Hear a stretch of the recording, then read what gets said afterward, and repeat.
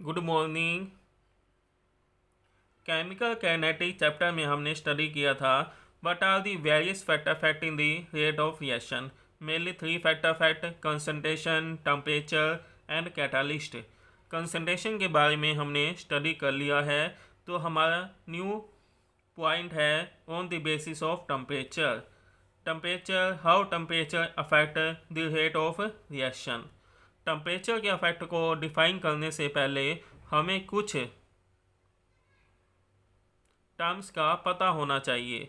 सबसे पहले है थ्रेशोल्ड एनर्जी क्या होती है। हमने यहाँ पे डेफिनेशन लिखी, it is the minimum energy which the colliding molecules must have so that collision between them may be effective. Let's we have equation.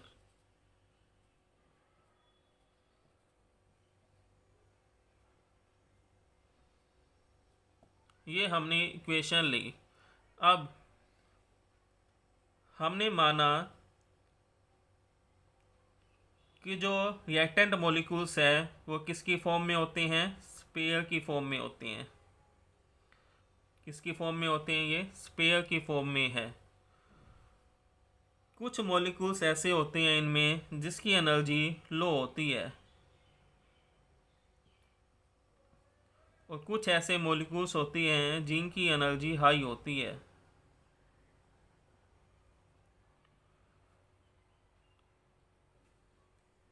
Reaction को कंप्लीट होने के लिए, मीन्स प्रोडक्ट बनाने के लिए, यदि इनकी एनर्जी बैरियर से ज़्यादा है तो रिएक्शन होएगी, otherwise reaction is not possible. मान लिया ए के पास एनर्जी है 20 जूल और बी के पास है, या हाई वाले के पास है 100 जूल। यहाँ है 25 जूल, ये है 120 जूल। अब रिएक्शन होने के लिए मान लिया हमें मिनिमम एनर्जी चाहिए 80 जूल। मॉलिक्यूल्स के पास एनर्जी होनी चाहिए to have the effective collision. तो इनमें से जिसके पास लो एनर्जी है वो रिएक्शन में पार्टिसिपेट नहीं करेगा। ओनली जिसकी एनर्जी दिस वैल्यू से ज़्यादा है वही रिएक्शन शो करेगा।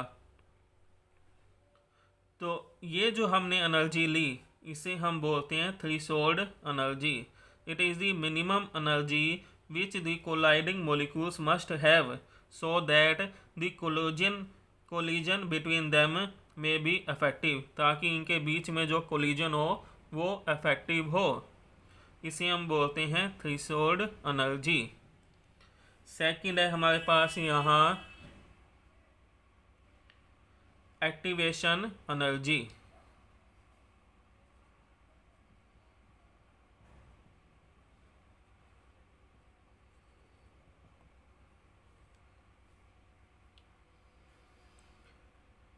It is the extra amount of energy required by the molecules so that minimum its energy becomes equal to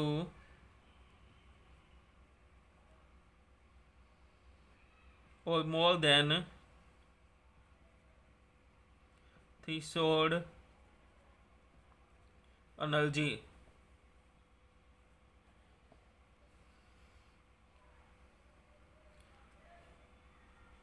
अब हम बात करते हैं एक्टिवेशन एनर्जी क्या होती है। It is the extra amount of energy required by the molecules. Extra amount of the energy, molecules को extra amount में एनर्जी की रिक्वायरमेंट होगी so that its energy become equal to the threshold energy. तो जिनकी जिन molecules के पास less energy थी, यदि हम इस मॉलिक्यूल्स को हम एनर्जी दे दें, तो जितनी अमाउंट में हम एनर्जी देंगे उसे हम बोलते हैं एक्टिवेशन एनर्जी। इस फॉर दिस हमने थ्रेशोल्ड एनर्जी ली थी 80 जूल, तो हमें कितना जूल और देना होगा, 60 जूल हमें और एनर्जी देनी पड़ेगी। तो इस एनर्जी को हम बोलेंगे activation energy. For this molecules 55 joule हमें और एनर्जी देनी पड़ेगी। या तो एनर्जी 60 जूल तो मिनिमम है, इतनी हमें देनी पड़ेगी। यदि हम इससे ज़्यादा दे देंगे तो भी कोलिजन पॉसिबल है। तो इसे हम बोलते हैं एक्टिवेशन एनर्जी। या हमने किया threshold energy, it is the minimum energy which the colliding molecules must have, it is the extra amount of the energy required by the molecules.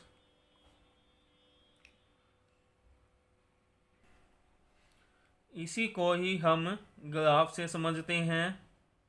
हम ग्राफ बनाते हैं पोटेंशियल एनर्जी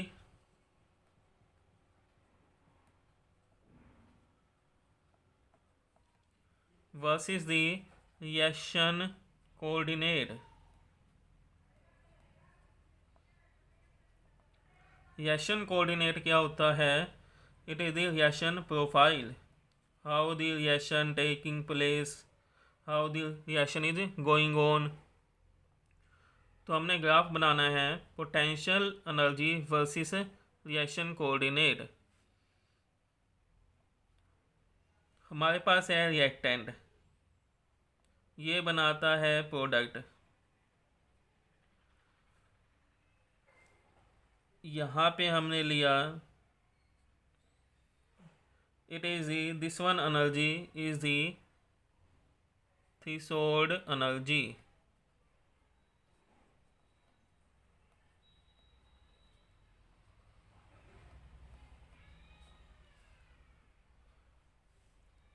रिएक्टेंट रिएक्ट करते हैं आपस में and it forms the product, ये क्या बना देते हैं? प्रोडक्ट बना देती हैं। तो रिएक्टेंट की एनर्जी कहाँ तक होनी चाहिए? थ्रेशोल्ड एनर्जी तक होनी चाहिए। इसे हम एनर्जी बैरियर भी बोलते हैं। इस एनर्जी बैरियर को वो पास करना चाहिए, उसके बाद ही प्रोडक्ट की फॉर्मेशन होएगी, रिएक्शन प्रोसीड होएगी। पहले एनर्जी थी रिएक्टेंट के पास दिस वन, इतनी एनर्जी थी, लेकिन उसने जाना कहाँ तक है? यहाँ तक। तो इसको एनर्जी क्या करनी पड़ेगी? यहाँ तक पहुँचाने के लिए एनर्जी सप्लाई करनी पड़ेगी। इस एनर्जी को बोलते हैं एक्टिवेशन एनर्जी। इसे हम रिप्रेजेंट करते हैं EA से। और यहाँ पे जब रिएक्टेंट की एनर्जी थ्रेशोल्ड एनर्जी के इक्वल हो जाएगी या फिर इससे ज़्यादा हो जाएगी, इट फॉर्म्स द प्रोडक्ट। जब रिएक्टेंट प्रोडक्ट बना लेगा, अब हमने ग्राफ इसका नीचे शो किया है, इसका मतलब है कि इसमें से एनर्जी रिलीज हुई है, डेल्टा H क्या आया है? माइनस। यदि हम इसे ऊपर लिखते, रिएक्टेंट से ऊपर बना देते, तो उस केस में डेल्टा H क्या आता? प्लस। अब जितनी एनर्जी इसने कंज्यूम की उससे ज़्यादा एनर्जी इसने लिबरेट की है, इसलिए यहाँ पे डेल्टा H क्या आएगा? Negative.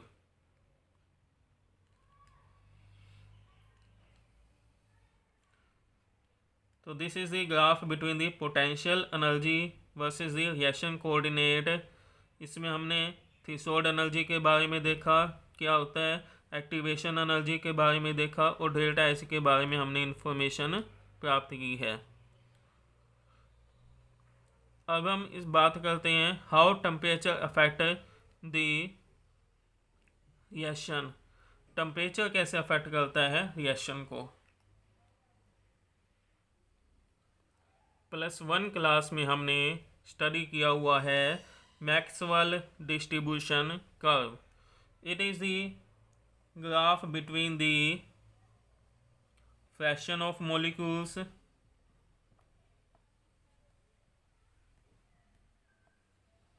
versus the kinetic energy. Fraction of the molecules versus kinetic energy. Maxwell distribution curve +1 class में स्टेट ऑफ मैटर चैप्टर में गिवन है। तो इसमें हमने स्टडी किया हुआ है, ग्राफ हमें मिलता है लाइक दिस।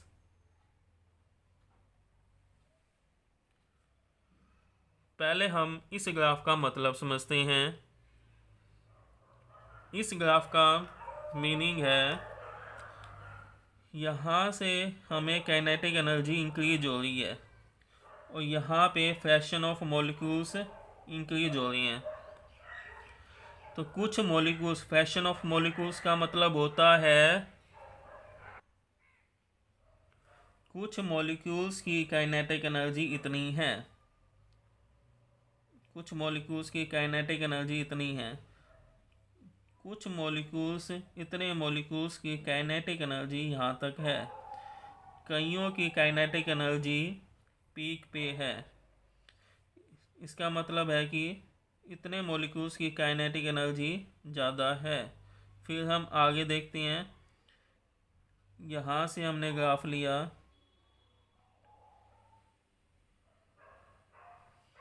कुछ मॉलिक्यूल्स, इतने मॉलिक्यूल्स की काइनेटिक एनर्जी ज़्यादा है इतने मॉलिक्यूल्स की, और कुछ मॉलिक्यूल्स ऐसे हैं जिसकी काइनेटिक एनर्जी और भी ज़्यादा है।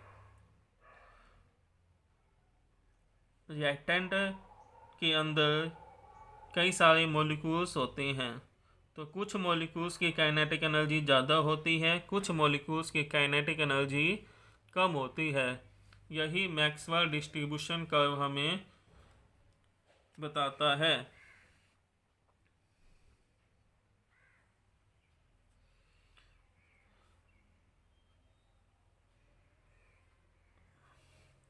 अब यदि हम टेम्परेचर बढ़ा दें,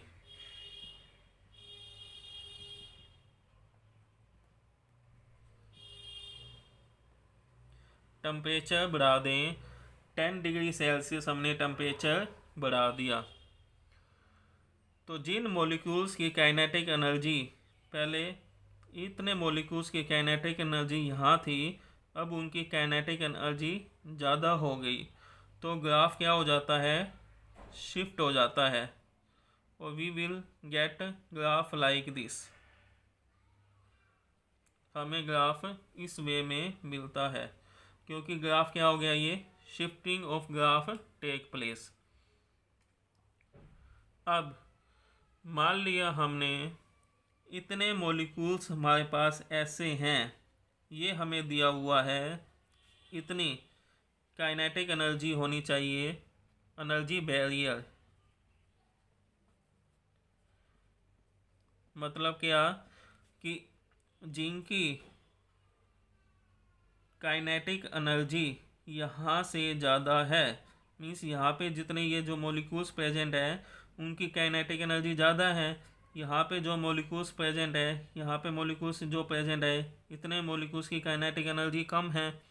तो ये दिया हुआ है एनर्जी बैरियर, जिन मॉलिक्यूल्स की काइनेटिक एनर्जी ज़्यादा है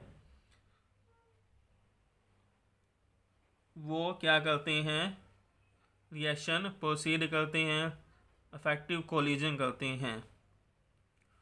तो फर्स्ट जब हमने ग्राफ बनाया, यहाँ पे फर्स्ट ग्राफ है टेम्परेचर पे, सेकंड है जब हमने टेम्परेचर 10 डिग्री सेल्सियस बढ़ा दिया, तो हमें ग्राफ मिला दिस वे।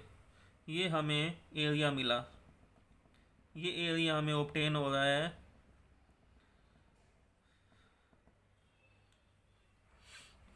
ABCD।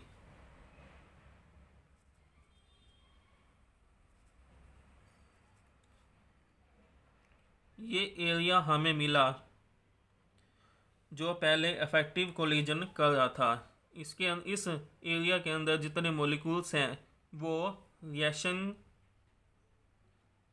प्रोसीड होने के लिए, रिएक्शन करने के लिए इम्पोर्टेंट है, रिएक्शन करवा रहे हैं इतने मॉलिक्यूल्स, और यहाँ पे जो मॉलिक्यूल्स हैं उनकी वजह से रिएक्शन नहीं हो रही।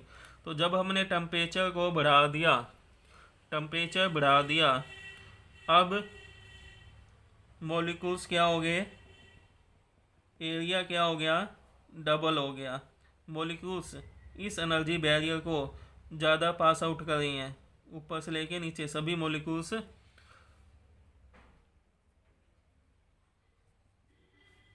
तो अब हमें एरिया मिला ABEF। तो ये जो एरिया है ये क्या है, डबल है to the area of ABCD। तो यदि हम 10 डिग्री सेल्सियस टेम्परेचर रिएक्शन का बढ़ा देते हैं तो रिएक्शन डबल हो जाती है।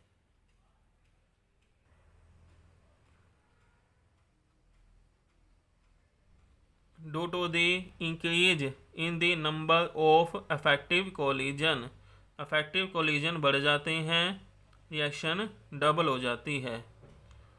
अब हम बात करते हैं टेम्परेचर डिपेंडेंस इक्वेशन की। हमारे पास इक्वेशन है temperature dependence equation, K is equal to the E to the power minus में EA/RT। इसे हम अर्हेनियस इक्वेशन भी कहते हैं। It is a temperature dependence equation. यहाँ पे ए जो होता है उसे हम बोलते हैं प्री एक्सपोनेंशियल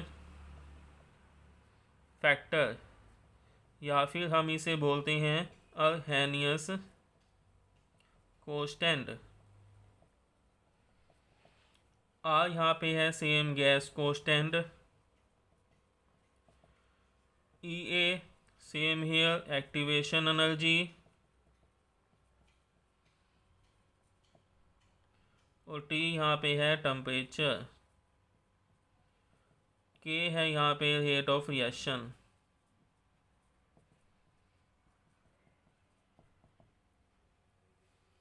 K है यहाँ पे रेट ऑफ रिएक्शन। यदि हम इस रिएक्शन को मॉडिफाइड करते हैं, सोल्व करते हैं, तो हमें क्या मिलता है, taking natural logarithm on both side. First we take ln both side, तो हमें मिलेगा ln K is equal to the ln A minus में EA/में RT। हमने क्या लिया, ln on the both side. यहाँ पे आ गया ln के, यहाँ पे ln A लिया, फिर यहाँ पे आ गया। यदि हम एक्सपोनेंशियल का ln लेते हैं तो हमें ये सिंपल इक्वेशन हमें मिलती है। अब ln को हम क्या लिख सकते हैं, लॉगरिथम में हमने चेंज करना है तो हम इसको 2.303 से मल्टीप्लाई कर देंगे। तो हम लिखेंगे log of base 10K is equal to the 2.303 log of A minus में EA/RT। यहाँ 10 लिखो चाहे ना लिखो, इससे कोई फ़र्क नहीं पड़ता, ये बेस टू दी 10 होता है। अब हमने क्या करना है, इस इक्वेशन को हम डिवाइड कर देते हैं 2.303 से। इस इक्वेशन को हमने 2.303 से डिवाइड कर दिया सभी को।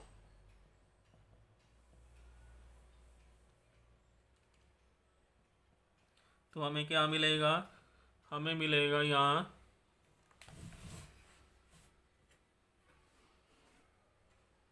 log of K is equal to the log of A minus में EA/2.303 RT। ये हमारे पास क्या बन गया, फार्मूला टू कैलकुलेट A। अब हम इसमें ग्राफ भी बना सकते हैं। ग्राफ किसके बीच में बनेगा, इसके अंदर ग्राफ बनता है log of K versus 1/T। के बीच में ग्राफ बनेगा। हमारे पास इक्वेशन है y equal to m x plus c. तो ये हमारे पास हमने लिया y पे, ये c है, ये है एम एक्स। यहाँ पे स्लोप है नेगेटिव, तो यहाँ पे y इंटरसेप्ट कितना है, log ऑफ a। ये तो हो गया c, y इंटरसेप्ट। स्लोप है माइनस में, 1/t के साथ ही हम ग्राफ बना रहे हैं, तो ये हमारे पास बनेगी स्लोप, क्योंकि हम 1/t के अकॉर्डिंग ग्राफ बना रहे हैं। तो ये बना m की वैल्यू किस में दी हुई है हमें, माइनस में। ये अपॉन में 2.303 r, ये आ जाएगी स्लोप। और हम ग्राफ इस वे में हम प्राप्त कर सकते हैं, हमें मिलेगा। तो यदि हमें इसी टेम्परेचर की वैल्यू डिफरेंट दी हुई है, तो हम क्या लेंगे, हम लेंगे log of K1 is equal to log of A minus में EA अपॉन 2.303 RT1। ये बनी हमारे पास first equation. Second, log of K2 is equal to the log of A minus में EA upon 2.303 RT2। log A यहाँ पे होता है अर्हेनियस कांस्टेंट, इसकी वैल्यू सेम रहती है। सबट्रैक्ट इक्वेशन, अब हम इन दोनों को सबट्रैक्ट कर देंगे। Subtract 1 from 2,